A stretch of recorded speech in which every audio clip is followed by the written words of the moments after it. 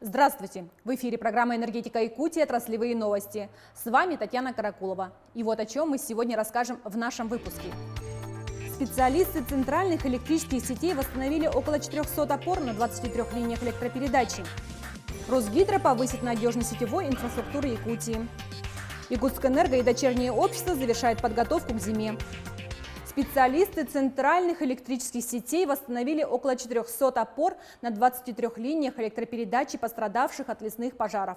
Работы велись с июля по сентябрь, несмотря на едкий дым и удаленность. Все это время электричество для потребителей вырабатывали резервные дизельные электростанции. Только на топливо для них израсходовано более 220 миллионов рублей. О том, как энергетики противостояли огненной стихии, в нашем видеосюжете. Кругом болото и раскисшая от дождей глина, но монтёрам центральных электрических сетей хорошей погоды ждать некогда. Они поднимают последние опоры и до холодов завершают восстановление высоковольтной линии Чурапча-Хандыга. Героический труд энергетиков в тайге практически незаметен для потребителей. Ограничений нет, то есть в настоящий момент все запитаны. По Тампонскому району у нас работает ДЭС Хандыга, значит, с нагрузкой там порядка 5 мегаватт. Остальные потребители в настоящий момент запитаны централизованно от энергосистемы. В этом году лесные пожары нанесли энергетикам небывалый урон. С начала лета повреждены 24 линии, сгорело 397 опор. Верховой. Эти кадры были сняты в разгар засухи в Чурапчинском районе. Энергетики наравне с пожарными отстаивают деревянные опоры, но иногда под напором стихии приходится отступать. Огнем повреждено в этом участке 7 опор. Из-за дыма мы не можем точно оценить ситуацию. Тем временем, пока на линиях обрывы в поселках работают резервные дизельные электростанции, порой на пределе, чтобы люди и производство не остались без света. Дизельная станция маленькая, а сам Чурапчинский УЗ большой, из-за этого не хватает мощности. Окончательный ущерб еще предстоит подсчитать, ведь пожары действовали до второй половины сентября, например, в Усть-Майском районе, но даже предварительные цифры внушительные. В целом ущерб для нас только по восстановительным работам мы оцениваем более чем 90 миллионов рублей. И объем топлива, который мы потратили за весь летний период в связи с остановкой наших линий электропередач, он составил более 217 миллионов рублей. Для нас это, конечно, колоссальные дополнительные затраты. Мы планируем проводить работу с правительством Республики Саха-Якутия, правительством Российской Федерации на предмет возмещения наших дополнительных затрат в рамках расходов на чрезвычайные ситуации. Ну и кроме этого будем работать и с нашими страховыми компаниями.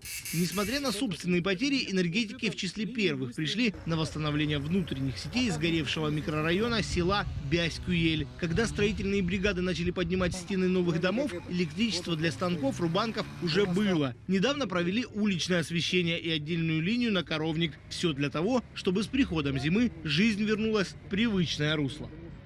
Росгидро повысит надежность сетевой инфраструктуры Якутии. На полях Восточного экономического форума генеральный директор Виктор Хмарин и глава Якутии Айсен Николаев подписали соглашение о взаимодействии и сотрудничестве по консолидации на базе Якутскэнерго ряда электросетевых объектов, находящихся в собственности республики. Это линии электропередачи разного класса напряжения, подстанции, здания, силовое оборудование, в том числе относящиеся к категории условно-бесхозных. Хотел бы отметить, что это итог многолетней работы ПАО «Якутскэнерго» и правительства Республики Саха-Якутия. Хотел бы также отметить, что мы много лет по договору с Министерством имущественных и земельных отношений Республики Саха-Якутия эксплуатируем эти электросетевые объекты. Но на сегодня у нас юридически нет инструмента для приведения этих объектов в нормальное техническое состояние, в проведении в полном объеме ремонтных работ, проведение реконструкции этих объектов, потому что они не являются собственностью Якутскэнерго. И соглашение, которое было подписано на полях Восточного экономического форума, как раз таки предписывает передачу этих объектов из государственной собственности Республики Саха-Якутия на баланс ПАО «Якутскэнерго».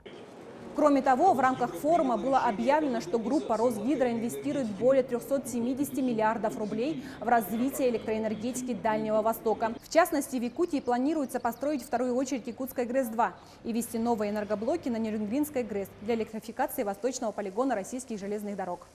В Якутии введен в эксплуатацию энергокомплекс с использованием возобновляемых источников энергии.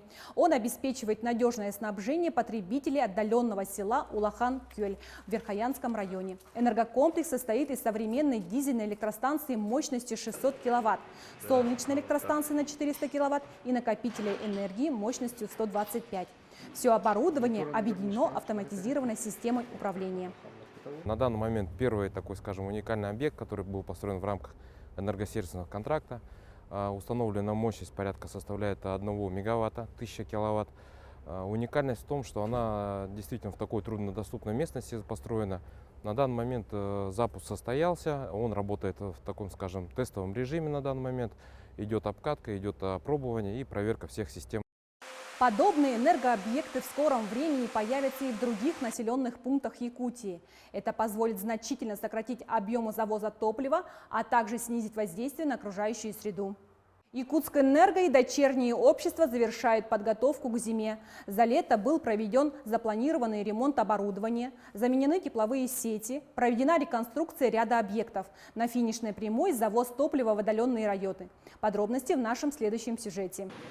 Каждый час энергоблоки Якутской ГРЭС выдают десятки мегаватт электричества и сотни гигакалорий тепла. Равный гул агрегатов свидетельствует о том, что станция функционирует в штатном режиме. В этом году энергетики провели капитальный ремонт 2 газотурбинных установок. Большой объем работ выполнен на вспомогательном оборудовании. К сезону пиковых нагрузок практически готовы.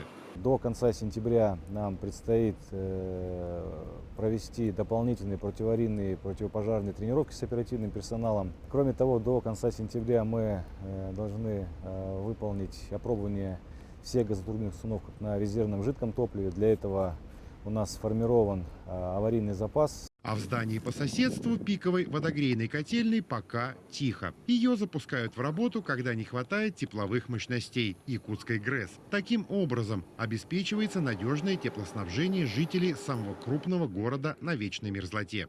На данный момент у нас сейчас проводится расконсервация котлов, и 1 октября они будут готовы к работе. Вообще оборудование очень хорошее, современное, работает вообще отлично. Ну, будет минус 70, я думаю, проблем не будет в городе тоже. Еще один поставщик тепла в столице республики, Якутская ТЭЦ, тоже подготовилась к предстоящим морозам. В это вложено свыше 300 миллионов рублей. Отремонтированы турбина и паровой котел. Проведена модернизация водогрейного агрегата. Работы коснулись не только оборудования станции, но и тепловых сетей, как магистральных, так и квартальных. Завершаем ремонт квартальных сетей, а это 16 километров тепловых сетей. Завершаем перекладку магистральных сетей, это тоже где-то порядка 1,5 километров. Эта ремонтная кампания выдалась одной из самых сложных за последние годы для компании «Теплоэнергосервис». Предприятие отапливает 6 районов Якутии и север Хабаровского края. Специалистам удалось провести масштабные ремонтные работы во всех своих филиалах, вопреки обширной географии и пандемии коронавируса. Некоторые заводы полностью прекращали выпуск своей продукции в связи с болезнью персонала. Поэтому сроки ушли довольно-таки серьезно вправо. Значит, и второе, это большая проблематика была, это, как все знают, это очень большой резкий скачок цен на металлопродукцию. Но, тем не менее, нам удалось все эти ситуации, все эти трудности преодолеть. Ремонтная кампания 2021 года во всех подразделениях и дочерних обществах Якутскэнерго вышла на финишную прямую. Уже в ближайшие дни все запланированные работы будут закончены в полном объеме. А это значит, что Якутия встречает холода во всеоружии. Энергетики присоединились к социальной акции «Предупреди пожар». Для этого в деревянных домах производится установка автоматических дымовых пожарных извещателей. На днях специалисты Намского РЭС смонтировали сигнализацию в квартире многодетной семьи Акаемовых из села Крескый-Тыл Намского улуса. Им понадобился комплект сразу из 6 приборов. Автономные пожарные извещатели – одно из самых необходимых устройств для безопасности жизни в деревянном частном доме. Социальная акция «Предупреди пожар» установила установи АДПИ стартовала в апреле 2021 года.